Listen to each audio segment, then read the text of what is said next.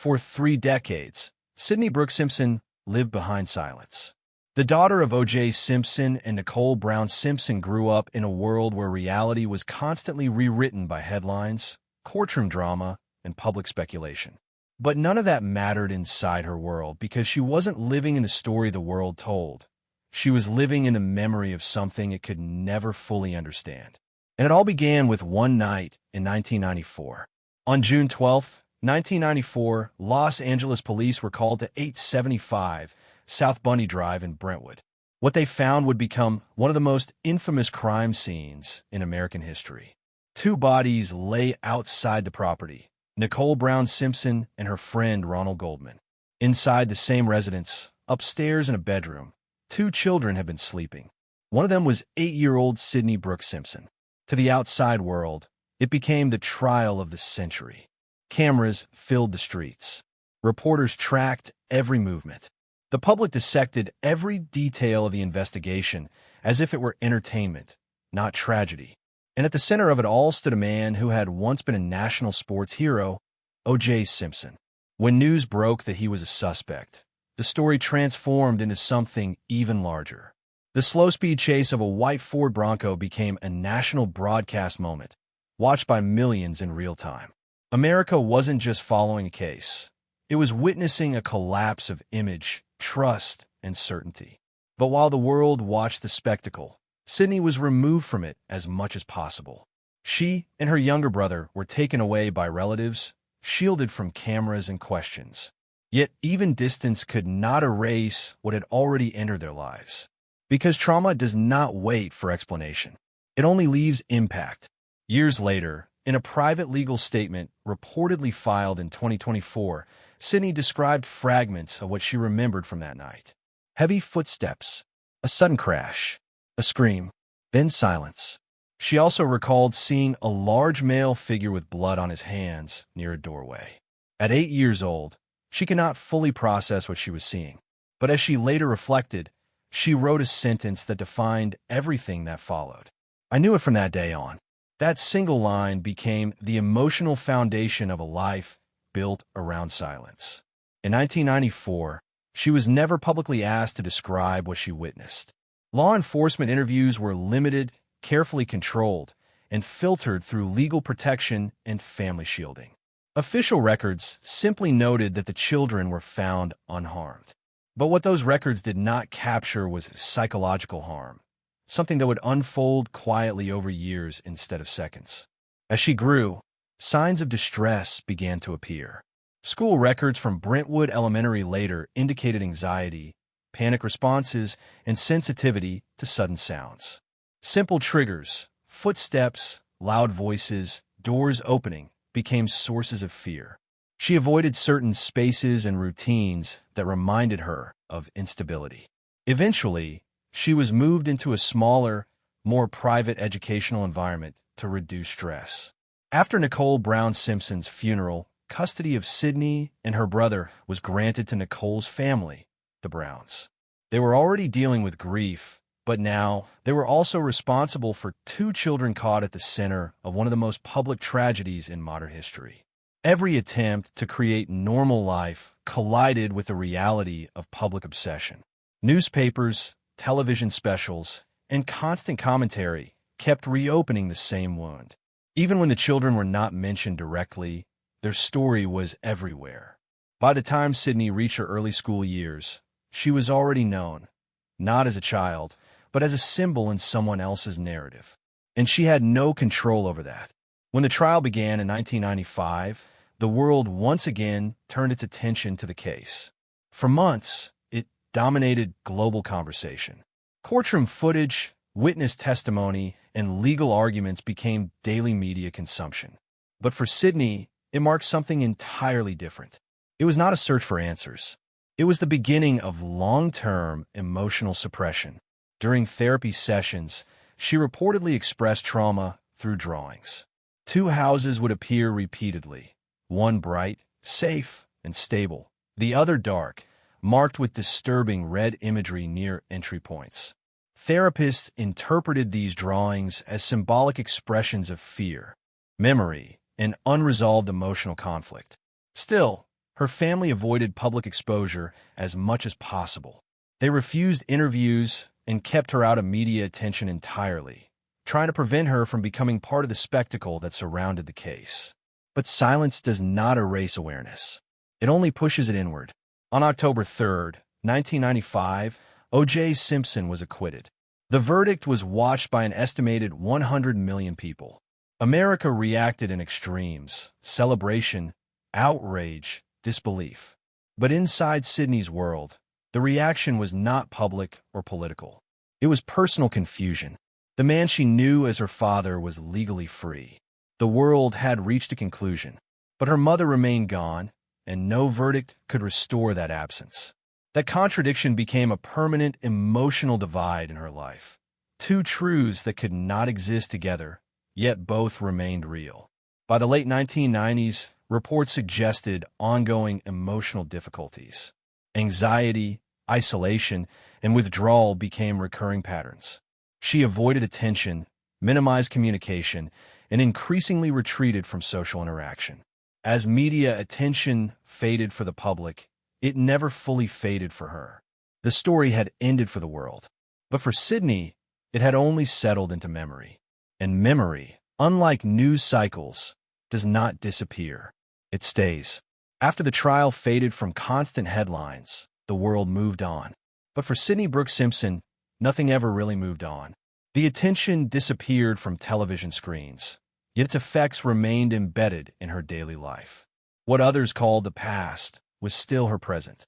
As the late 1990s unfolded, her life became defined less by public events and more by what was deliberately avoided. Conversations about her parents were minimized. Questions were redirected. Memories were not discussed. They were managed carefully and quietly inside a household trying to protect what was left of childhood. Sydney and her younger brother Justin were eventually placed under the care of their maternal family, the Browns. The intention was simple: give them stability. But stability is difficult to create when the foundation of a child's world has already been permanently disrupted. Every effort to build normalcy existed alongside an unavoidable reality. Their family name was recognized everywhere. Even in silence, it followed them.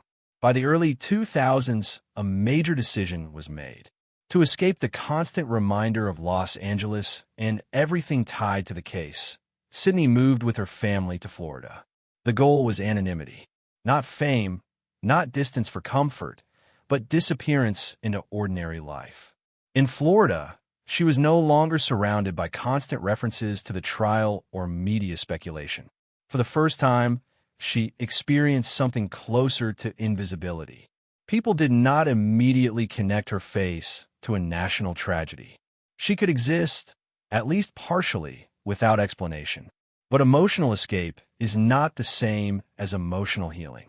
At Gulliver Preparatory School, Sydney was described as quiet and academically capable, but emotionally distant. She did not seek attention and avoided drawing focus to herself. Conversations about family were often shut down quickly, not with anger, but with discomfort. Teachers noticed a pattern: intelligence paired with withdrawal, engagement without openness, presence without exposure. She was there, but never fully available. Administrative records later showed that her family requested strict privacy protections during school events. In some cases, even yearbook photos were restricted or removed. It was not about secrecy in a dramatic sense. It was about control. Control over identity, perception, and exposure. Because exposure had already cost too much. After finishing high school, Sydney enrolled at Boston University in 2004. She chose sociology with a focus on criminology and deviant behavior. To outsiders, it may have looked like an academic interest. But for her, it was something more complex. It was proximity to understanding without direct confrontation. Her studies explored the psychological and social impact of crime, particularly how violence within families affects children. Her academic work was detailed and structured, often praised for depth and sensitivity. But it remained carefully separated from personal disclosure. She studied the subject matter, not her own story. At no point did she publicly connect her research to her personal life. That separation was intentional. It allowed her to examine trauma intellectually while avoiding emotional exposure. Still, there were signs that the boundary between study and memory was thin. Professors noted her restraint in discussions, her careful choice of words, and her reluctance to expand beyond academic framing when topics became personal. She was engaged but contained, like someone analyzing a subject from behind glass. College provided her something she had not experienced in years: relative freedom. But even freedom had limits. She avoided public campus involvement, declined media attention, and kept a small circle of trusted acquaintances. Her identity remained guarded, not out of fear of discovery alone, but because visibility itself felt unsafe. Privacy was no longer just preference. It was survival strategy. After graduating in 2008, Sydney entered work in nonprofit services in Atlanta, focusing on children affected by domestic violence. For over a year, she worked quietly in case coordination roles, supporting individuals whose experiences echoed fragments of her own past. Colleagues described her as empathetic but reserved, capable but emotionally contained, someone who understood pain without needing to explain why. In that environment, she was not a public figure. She was not a name tied to history. She was simply another worker trying to support others. But even in helping others, she maintained emotional boundaries. She did not turn her personal history into conversation. She did not frame her life as context for her work. Everything remained compartmentalized. During this period, private notes attributed to her later surfaced in legal discussions years afterward. These notes reportedly reflected internal conflict between memory and identity. One line stood out: "I was taught to love him, but I remember being afraid of his voice." Whether viewed as literal memory or emotional interpretation, the statement reflected something deeper than fact. It reflected fragmentation, how a child's understanding of a parent can split into conflicting emotional realities that never fully reconcile. By 2010, Sydney had entered a new phase of life defined by deliberate invisibility. She avoided interviews. She rejected documentary participation. She changed locations multiple times, each move designed to reduce exposure and maintain distance from public attention. This was also the beginning of a more modern form of privacy: absence from digital identity. While the world increasingly moved towards social media visibility, she moved in the opposite direction. No public profiles, no curated presence, no searchable narrative. In a world that rewarded visibility, she chose non-existence. Not physically, but digitally, socially, and publicly. Around this time, she began establishing herself in real estate and private business ventures in Florida. These were structured quietly, without media attention or branding centered on her name in public discourse. The focus was stability and independence, not recognition. Her life became defined by control over boundaries. Who could know her, what could be known, and what would remain permanently unspoken. It was not reinvention. It was containment. By the time she reached adulthood fully, Sydney Simpson had constructed something unusual but intentional: a life that functioned externally while remaining heavily restricted internally. She worked. She built. She maintained relationships. She contributed. But she did it all without reopening the past. And that, more than anything, defined her second chapter: a life not built on forgetting, but on refusing to relive. By the 2010s, Sydney Brooks Simpson had built something she spent most of her life trying to reach: distance. Not just physical distance from Los Angeles, but emotional distance from the weight of a story that had never been hers to tell. She lived in Florida, far from the noise that once defined her childhood. The world outside still remembered her last name, still attached it to debates, documentaries, and endless reinterpretations of events she had lived through as a child. But inside her life, that version of reality had no space. She had chosen silence as structure, not as absence, but as protection. While the world continued to revisit the past through media cycles, interviews, and commentary, Sydney did not participate in any of it. She did not correct narratives. She did not confirm memories. She did not offer explanations. Instead, she built a life that functioned independently of public attention, real estate, private work, and carefully maintained personal boundaries. And for a long time, that distance held. But the past, no matter how carefully managed, does not disappear. It reappears in moments, in news updates, in aging headlines, and eventually in the lives of the people who created it. In 2017, O.J. Simpson was released on parole after serving time in Nevada.